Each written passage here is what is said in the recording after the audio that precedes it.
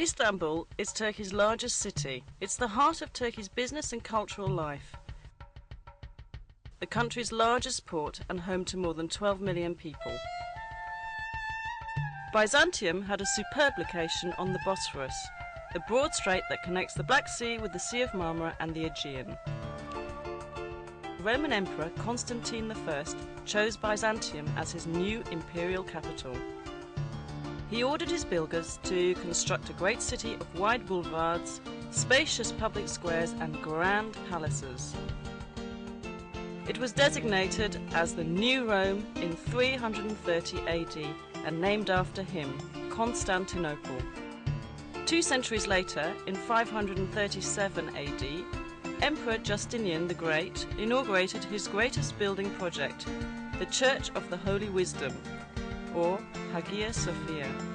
Set on a hill overlooking the Bosphorus, right where the pagan temple of Byzantium once stood, the great church was the largest and most magnificent building in the entire world at the time. The Byzantine Church of the Holy Saviour in Kora, built in the 11th century, is very different. A small, beautifully decorated church that was built as the centre of a monastic complex. Located near the city's massive land walls, it boasts the finest Byzantine mosaics in the entire region. The frescoes in the Paracelsian chapel were the product of a new Byzantine art movement, which paralleled the Italian Renaissance. The church is now a museum. Near Hagia Sophia was the city's hippodrome, a place for public games, tournaments, chariot races and special events.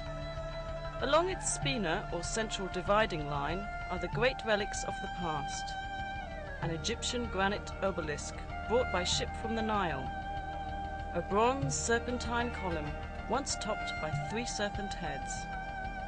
The column of Constantine, which in Byzantine times was covered in plates of gleaming bronze. The armies of Sultan Mehmet II conquered the imperial city in 1453, putting an end to the Byzantine Empire. The Ottoman sultans beautified their new capital, constructing great buildings that rivaled those of the Byzantines. The Blue Mosque, built by Sultan Ahmed I in 1616, was set next to Hagia Sophia so that people could compare the 2 artistic achievements.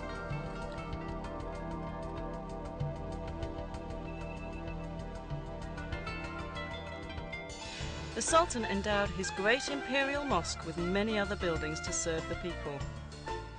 Fountains, a health clinic, a soup kitchen for the poor, a Turkish bath, a theological seminary, living quarters, shops and storehouses.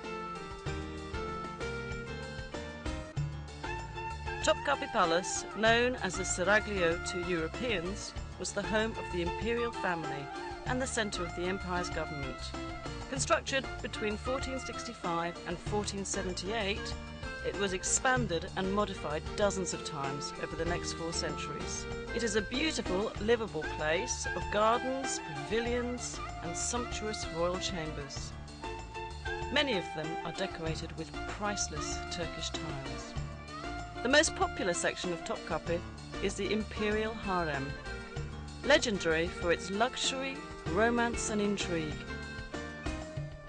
Mozart wrote his famous opera, The Abduction from the Seraglio, about it, and many other artists have let their imaginations fly with visions of what went on there. Located on major trade routes, Istanbul has always been an important commercial city.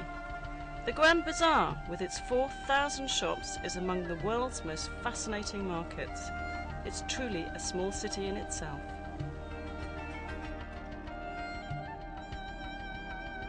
Nearby on the Golden Horn is the Egyptian or Spice Bazaar, known in Ottoman times as the place to buy exotic spices and herbs to be used in cooking or as traditional medicines. Crowning a hill overlooking the city is the Süleymaniye, or Mosque of Sultan Süleyman the Magnificent, the largest of Turkey's imperial mosques. Built for the empire's greatest sultan, it is the masterwork of Mimar Sinan, Turkey's greatest architect. The region around Istanbul is filled with fascinating places to visit on day trips. Take a fast ferry boat voyage south across the Sea of Marmara to visit Iznik, known in ancient times as Nicaea. Iznik is known today for its agriculture, but it has a deep romantic history.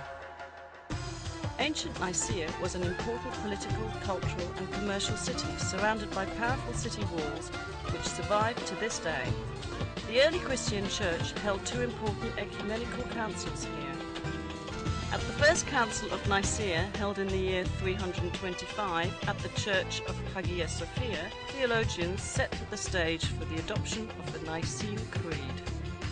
A short drive south of Iznik brings you to Bursa, a large and growing city clinging to the side of the Bithynian Mount Olympus. Bursa was already ancient when, in 1326, the Ottoman Sultans chose it as the first capital of their rapidly expanding empire. They beautified their new capital with fine public buildings, including the Ulu Cami, or Great Mosque.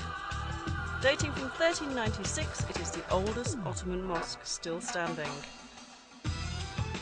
A quarter century later, the Green Mosque was built. Its style is different from that of the Arab-influenced Ulu Cami. The Green Mosque and neighbouring buildings, a royal tomb, a theological seminary and a soup kitchen for the poor, give us a glimpse of what Ottoman architecture would achieve during the coming centuries.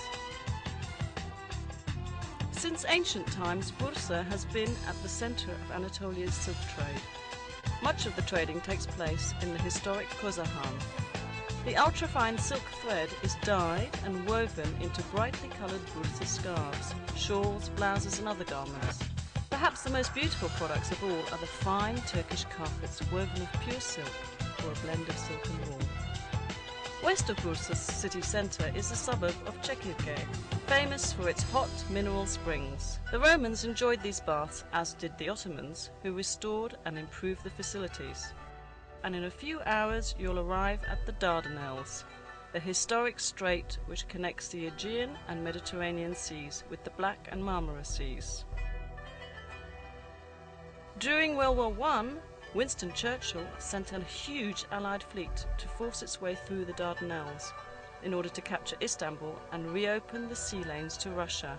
Stout Turkish resistance halted the fleet and the invading army, but the cost in casualties was horrendous for both sides. The Allies suffered more than 250,000 casualties and the Ottomans an equal number.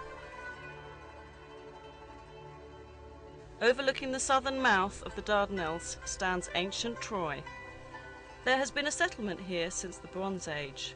The poet Homer tells us the Achaean Greeks attacked the Trojans more than 3,000 years ago because beautiful Helen had been abducted by a Trojan prince. Modern historians believe the 10-year war was probably fought over control of the Dardanelles. Whatever the cause, the Trojans lost. They couldn't resist dragging the Achaeans, great wooden horse, into their city. At night, the Achaean soldiers hidden inside the horse crawled out and opened the city gates to the invaders. Troy was sacked and burned.